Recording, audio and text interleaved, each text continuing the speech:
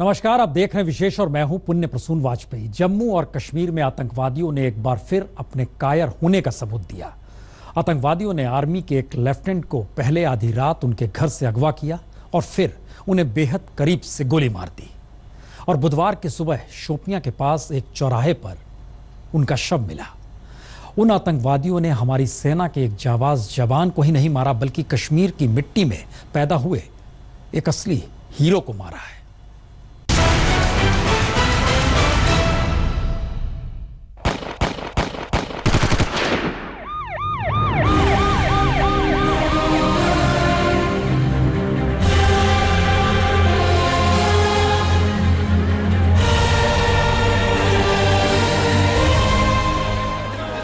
आपका कलेजा काट हो जाएगा, आंसू आंखों में ही जम जाएंगे, दिल की धड़कनें गुस्से में तेज हो जाएंगी।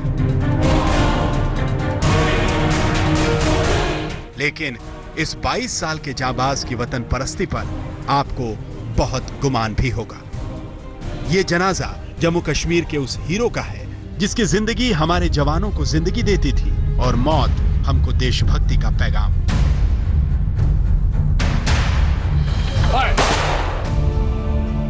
अभी उम्र ही क्या थी उमर फयाज बैरी की, लेकिन देश पर मर मिटने की कोई उम्र भी बांधी जाती है क्या?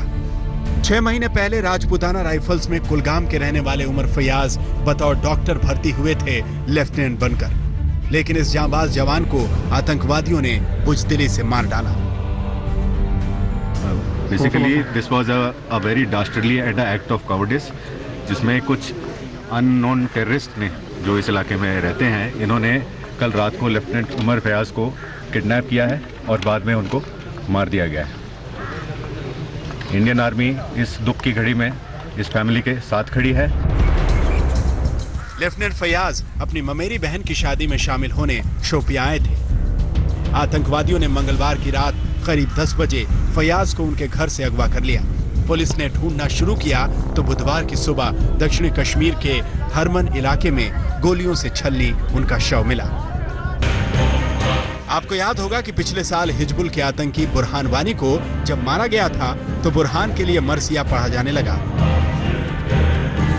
जनाजे में हुजूम उमड़ा और यही हाल 2 दिन पहले मारे गए आतंकवादी फयाज का भी रहा।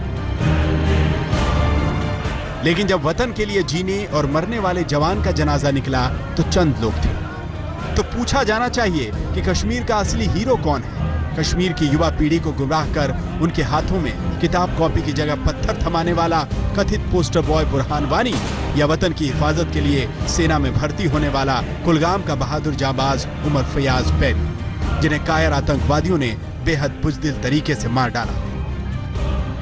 दोनों कश्मीर के ही थे, दोनों एक ही हालात में पले बढ़े। एक ने आतंक का रास्ता चुना, दूसरे ने। लोगों के लिए यह सोचने की घड़ी है कि उनका असली हीरो है कौन।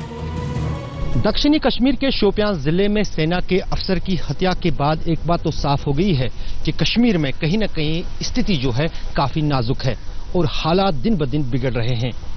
लेकिन अभी भी सबसे बड़ा सवाल शुरू होता है कि आखिर केंद्र सरकार और राज्य सरकार कश्मीर के हालात से निपटेगी कैसे, जहां पर अब कहीं न कहीं पुलिस कर्मियों के साथ साथ सेना अधिकारी और दूसरे सुरक्षा एजेंसियों के लिए काम करने वाले लोग ही निशाने पर हैं। कैमरामैन रूफ अहमद के साथ अशरफ वानी, श्रीनगर, आज तक। लेफ्टिनेंट उमर फयाज के पिता एक साधारण किसान हैं। बेटे को हॉकी खेलने का जुनून था तो देश पर मर मिटने वाला जज्बा भी था, और उसी जज्बे ने उन्हें सेना में भेजा। वो सेना में डॉक्टर थे जो जवानों की जिंदगी बचाते आए, लेकिन आतंकवादियों ने उस जिंदगी देने वाले की भी जान ले ली।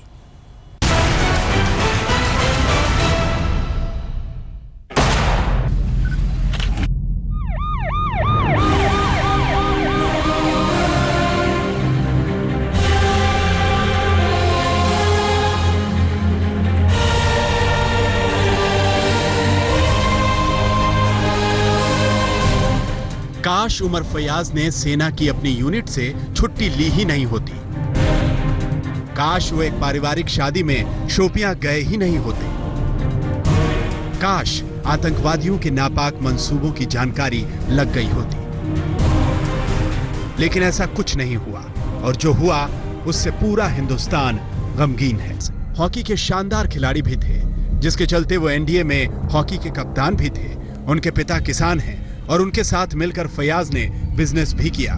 फिर सेना में गए और सितंबर में यंग ऑफिसर्स कोर्स करने वाले थे।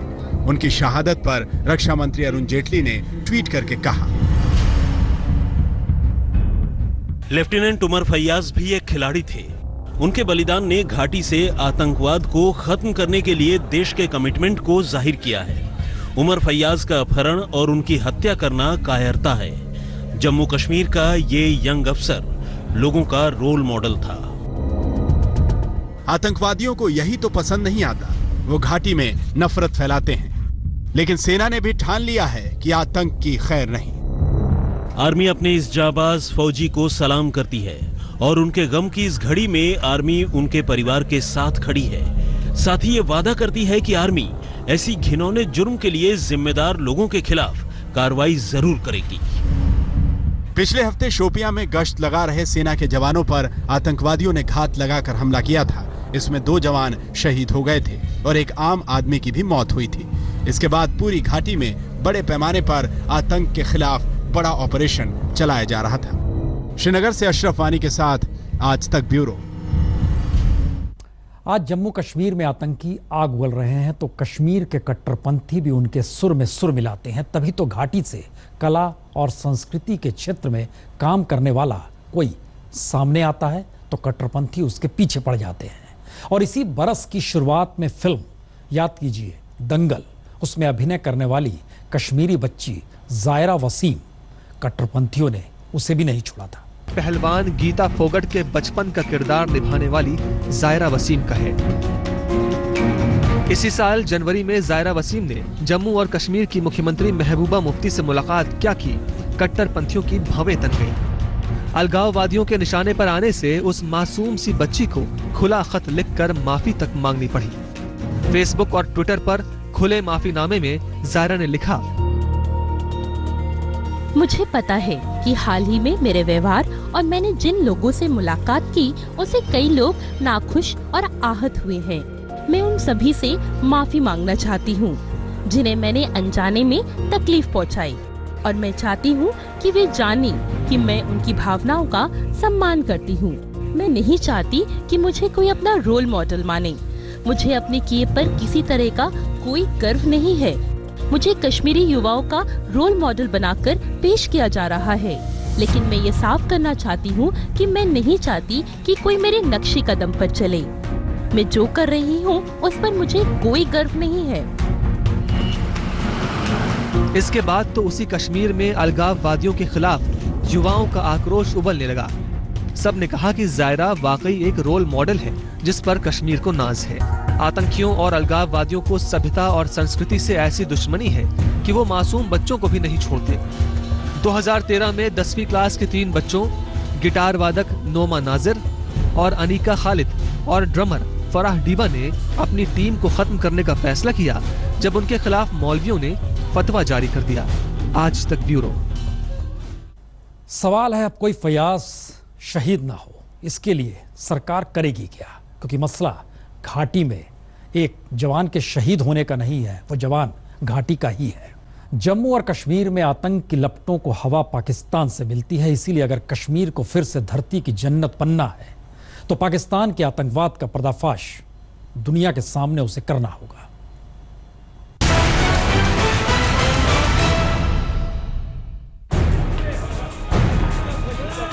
आतंक की गोली और अलगाव के पत्थर ने धरती के स्वर्ग को बहुत बार लहूलुहान किया है, लेकिन यह भी सच है कि इसी घाटी से देश पर मर मिटने वालों की फौज भी निकलती है।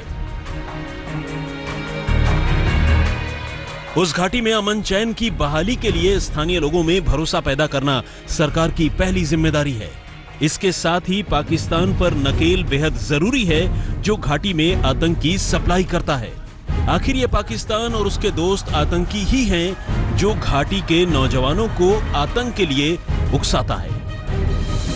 आज तक ब्यूरो। उलझन तो है लेकिन मुश्किल नहीं है, और शायद शहादत के साथ साथ कश्मीर के भीतर के जो सवाल उबल रहे हैं जवाब मिलेगा जरूर। फिलहाल विशेष में इतना ही, छोटा सा ब्रेक के बाद कुछ और खबरें।